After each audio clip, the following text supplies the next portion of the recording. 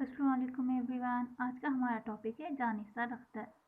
जानिसार अख्तर 1912 ईस्वी में ग्वालियर में पैदा हुए। अलीगढ़ में तालीम हासिल की। कई बरस भोपाल और ग्वालियर के कॉलेज में उस्ताद रहे। तालीम इल्मी के ही दौर में नज़्में कहनी शुरू की। इनकी शायरी का आगाज़ गज़लों और हल्की फुल्की नज़मों से होता है। इनकी इब्तिदाई नज़मों में गर्ल्स कॉलेज की लॉरी काफ़ी मकबूल रह चुकी है। इनकी नज़में बड़ी हसीन और जानदार है। इब्तिदा में जानिसार अख्तर ने और शोरा की तरह रोमानवी शायरी से अपनी शायरी का आगाज़ किया, लेकिन बहुत जल्द दूसरे शोरा की तरह इनकलाबी शायरी की तरफ आ गए और माहौल के मुताबिक तरक्की पसंदाना अंदाज में नज़में कहने लगे। यहीं से जानिसार अख्तर की शायरी में तब्दीली आई। जानिसार अख्तर की शायरी का आगाज़ 1935 के आसपास हुआ। ये ज़माना शेरी और फनी एतबार से नए असलूब का ज़माना था। एक तरफ इकबाल और जोश की ऊंची ऊंची आवाज़ें, तो एक तरफ हफीज़ जालंधरी की आवाज़, तो एक नई आवाज़ तरक्की पसंद शायरी की घन गरज। इस तरह जानिसार के नौजवान जहन में इब्तिदा में जोश के लहजे से रोमानियत को अपनाया, लेकिन आहिस्ता आहिस्ता जानिसार किसी एक फर्द से ताल्लुक़ नहीं रखने लगे। इनका एक अलग अंदाज बन गया, बल्कि ऐसा अंदाज जो एक इंसानी ज़िंदगी में रचा बसा होता है। इसके लिए जानिसार लिखते हैं, एक है ज़मीं तो सिमत क्या हुदूद क्या, रोशनी जहाँ भी हो रोशनी का साथ दो। जानिसार अख्तर तरक्की पसंद शोरा में एक ख़ास मुकाम रखते हैं। उन्होंने जो कुछ भी लिखा शऊरी तौर पर लिखा। जानिसार अख्तर दरअसल एक इनकलाबी ज़हन रखते थे।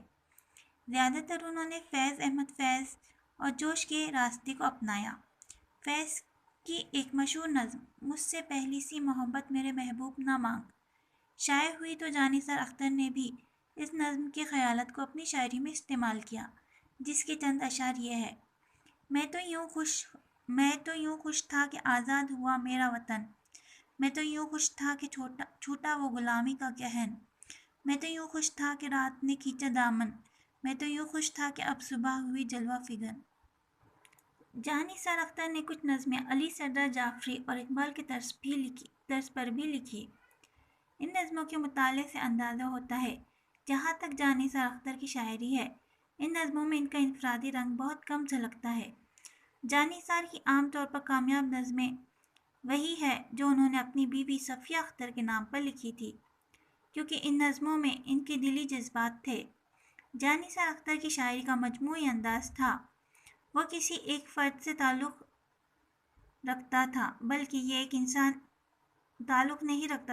एक इंसानी ज़िंदगी में रचा बसा था। इसलिए जानिसार लिखते हैं, तो इस कदर मुझको ग़रीब लगता है, तुझसे अलग जो सोचूं अजीब लगता है।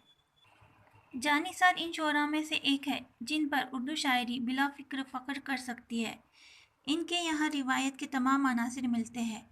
साथ में सोज़ व गुदाज़ भी जानिसार अख्तर ने गज़ल को अपनाया नहीं, बल्कि ये तो इन्हें विरसे में मिली थी।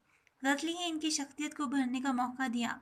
जानिसार अख्तर की गज़ल का कमाल ये था कि वो बड़ी हुनरमंदी से अपनी शख्सियत के फ़न को रिवायत के लिहाज से बनाए रखने में कामयाब थे।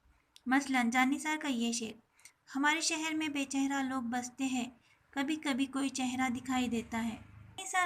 जानिसार अख्तर की एक मुक़द्दस गज़लों में एक मुक़द्दस जज्बा है, जो ख़ास समझने पर भी इन्हें ख्वाबों को पलकों पर सजाए रखने के लिए बेचैन हैं, क्योंकि इनके बगैर ज़िंदगी अधूरी है और वो ये भी जानते हैं कि इंसानी ज़िंदगी इन्हें ख्वाबों के दम से आबाद है। इसी सबब से शायद अज़ाब इतने हो, झटक के फेंक दो पलकों के ख्वाब जितने हैं, आँखों में जो भर लो कांटों से चुभेंगे, ये ख्वाब तो पलकों पे सजाने के लिए है। ऐसे ही ना जाने कितने अशार हैं जिनमें ज़िंदगी का हौसला है। जानिसार उर्दू गज़ल को नई रिवायत, नए पैराए दिए और एक नया पैराहन अता किया। जानिसार की गज़लों में कभी कभी मोहिनी सी झलकी दिखाई देती है। उनका अंदाज़े बयान दिलकश होता है। मसलन, देखो तेरे हाथ को लगता है तेरा हाथ, मंदिर में फ़कत दिल जलाने के लिए। جانثار اپنی غزلوں میں احساس جذبات اور حسن کے اچوتے پی کر تلاش کرتے ہیں اور اپنے اشعار کو اپنے جذبات کی دنیا بنا کر سامنے لاتے ہیں اور اپنے جذبات کو ان کی یادوں سے لطف اندوز کرواتے ہیں۔ مثلاً ان کی مشہور غزل کا یہ شعر، یہ اشعار: آہٹ سی کوئی آئے تو لگتا ہے کہ تم ہو، سایہ سا کوئی لہرائے تو لگتا ہے کہ تم ہو، جب شاخ کوئی ہاتھ لگاتا ہے چمن میں، شرمائے لچک جائے تو لگتا ہے تم ہو، سندل سی مہکتی ہوئی پرکیف ہوا میں، جھونکا سا کوئی لہرائے تو لگتا ہے کہ تم ہو۔ ان کی غزلوں کا یہی رنگ تھا جس سے ان کی شاعری ہمیشہ نوجوانوں میں مقبول تھی۔ جانثار کے یہاں سادگی اور سلاست ہے۔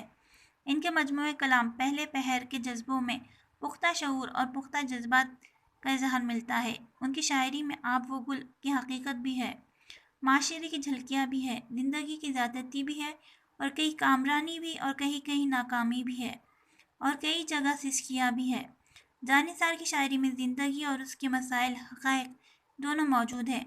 انداز بیان دلچسپ، سادہ، روا دوا ہے۔ غزل کے بارے میں جانثار کہتے ہیں: ہم سے پوچھو کہ غزل کیا ہے، غزل کا فن کیا ہے، چند لفظوں میں کوئی آگ چھپا لی جائے۔ جانثار اختر کے سرمائے میں آزادی کے بعد کی نظمیں ایک اہم اضافے کی اہمیت رکھتی ہے۔ جدید غزل نے بہت سے بت توڑے، نئے فن کو بہت وسیع کیا۔ نئی غزل کے شعری انداز میں کئی بازو کٹے، ان کے موجوں میں طغیانی بھی آئی، لیکن جدید غزل کے لیے اردو کے اس ممتاز شاعر نے نئی آواز میں نئے سرے سے سب کو سنایا اور اپنی منفرد لہجے میں اپنی شاعری کو مقبول و معروف بنایا۔